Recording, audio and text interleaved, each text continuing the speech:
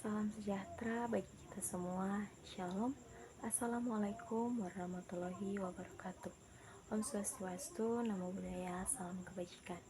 Perkenalkan, nama saya Tessa Filunisa Baramping dengan NIM 2206127. Saya dari Fakultas Keperawatan semester 4. Pada saat ini saya akan menjelaskan materi dari mata kuliah Pendidikan Agama Buddha dan Filsafat Timur. Filsafat Buddhis ditemukan oleh Siddhartha Gautama yang diberi gelar Buddha yang tercerahkan. Siddhartha merupakan anak seorang raja dan kepala suku Sakya, dan praktis beliau lahir dengan 3 hal yang paling diinginkan manusia, yaitu yang pertama harta, kedua tahta, dan ketiga adalah wanita. Crazy Rich Asia. Sejak belia, beliau memiliki 3 istana yang didirikan khusus untuk musim-musim di India, yakni yang pertama musim semi, musim hujan, dan musim pancaroba. Soal tahta, jelas sekali beliau akan mewarisi tahta ayahnya yang merupakan seorang raja. Beliau juga memiliki seorang istri yang berasal dari kalangan bangsawan, yang beliau nikahi setelah berhasil mengalahkan bangsawan-bangsawan lainnya dalam sebuah kontes. Sebagai bukti bahwa Siddhartha merupakan pasangan yang paling pantas untuk Bima Dewi. Namun, harta, tahta, dan wanita ternyata tidak membuat Siddhartha benar-benar bahagia. Ketika melihat 3 kejadian, yang pertama penuaan, yang kedua sakit, dan yang ketiga kematian, Siddhartha menjadi galau. Beliau berpikir, apa guna menikmati kesenangan-kesenangan yang beliau miliki bila ketiga hal itu terus membayangi kehidupan? Bagaimana mungkin mengatakan hidup ini bahagia bila tua, sakit, dan mati itu adalah pasti? Di tengah kegalauan tersebut, beliau melihat seorang pertapa yang berjalan dengan begitu anggun. Tergugah, beliau akhirnya mengukuhkan diri untuk menjadi seorang pertapa, sebuah tradisi spiritual yang umum di tanah India pada saat itu, dan melepaskan tata, harta, dan wanita. Melalui berbagai laku tapa, setelah 6 tahun lamanya, beliau akhirnya menemukan hakikat kehidupan ini. Beliau memulai pengajarannya, dan kemudian orang-orang menjulukinya Buddha atau yang tercerahkan. Ajaran beliau kemudian dinamai Buddha Dharma, ajaran kebenaran dari Buddha, dan menyebar luas. Berbeda dengan yang kita kenal saat ini, Buddha Dharma atau ajaran Buddha atau filsafat Buddhis sebenarnya sangat minim virtual. Jalan mulia berunsur 8 seringkali dikelompokkan dalam 3 bagian, yaitu pertama panah, kebijaksanaan. Jalan mulianya ada 2. Yang pertama, pengertian benar. Pengertian benar mencakup pengetahuan tentang 4 kebenaran mulia, 3 corak umum, hukum sebab musabab, hukum kama. Biku Sariputta menjelaskan lebih lanjut mengenai pengertian benar dalam Samaditthi Sutta, di mana dijelaskan pula bahwa pengertian benar dapat dicapai melalui pengertian yang lebih mendalam akan kebijakan dan ketidakbijakan. 4 jenis makanan, 12 nidana atau 3 noda. Dan yang kedua itu pikiran benar. Pengertian benar mengakibatkan pemikiran benar. Karena itu, faktor kedua dari jalan mulia ini mempunyai 2 tujuan, yaitu melenyapkan pikiran-pikiran jahat dan mengembangkan pikiran-pikiran baik. Pikiran baik terdiri dari 3 bagian, yaitu nekama, melepaskan diri dari kesenangan dunia, dan sifat mementingkan diri sendiri yang berlawanan dengan kemelekatan, sifat atau menang sendiri.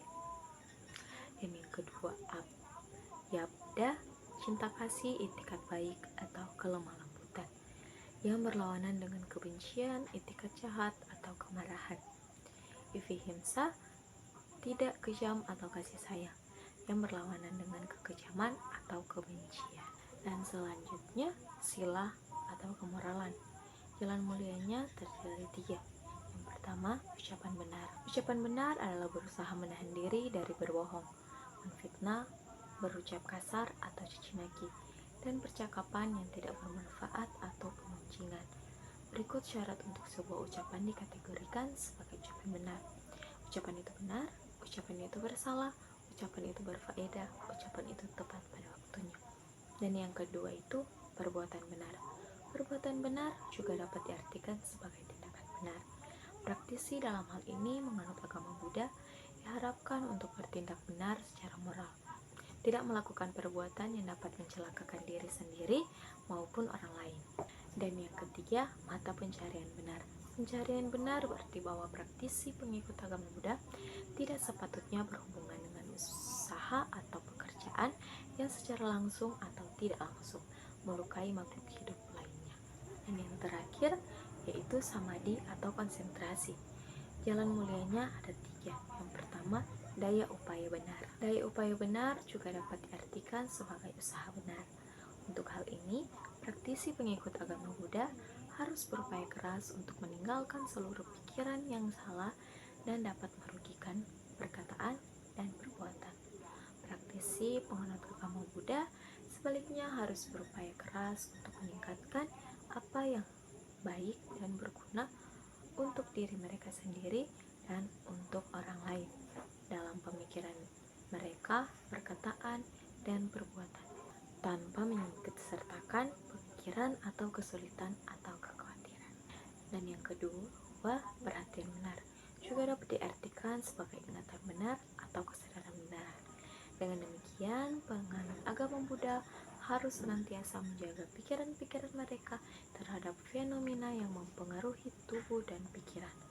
Mereka harus waspada dan berhati-hati supaya tidak bertindak laku atau berkata-kata karena kelalaian atau kecerobohan. Dan yang ketiga, konsentrasi benar. Konsentrasi benar, seperti yang ditunjukkan dalam bahasa Pali, adalah melatih konsentrasi.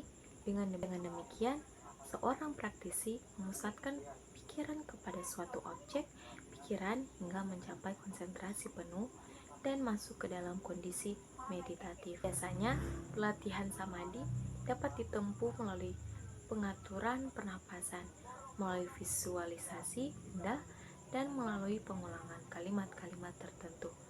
Samadhi dilakukan untuk menekan 5 gangguan guna dimasuki jana. Jana merupakan semua media guna pengembangan kebijaksanaan dengan menambahkan pengertian dan menggunakan untuk menguji kesungguhan suatu fenomena. Dengan mengenalkan langsung, hal ini membantu mengurangi kekotoran, merealisasikan dhamma, dan pada akhirnya mencapai kesadaran diri. Selama berlatih konsentrasi benar, seorang praktisi harus memiliki dan membuktikan pandangan benar mereka. Pada proses demikian, pengetahuan benar akan timbul dan ikut dengan pembebasan sesungguhnya. Ketiga praktik di atas yang kemudian dijabarkan lagi menjadi jalan mulia berunsur 8 dan menjadi praktik utama dari filsafat Buddhis.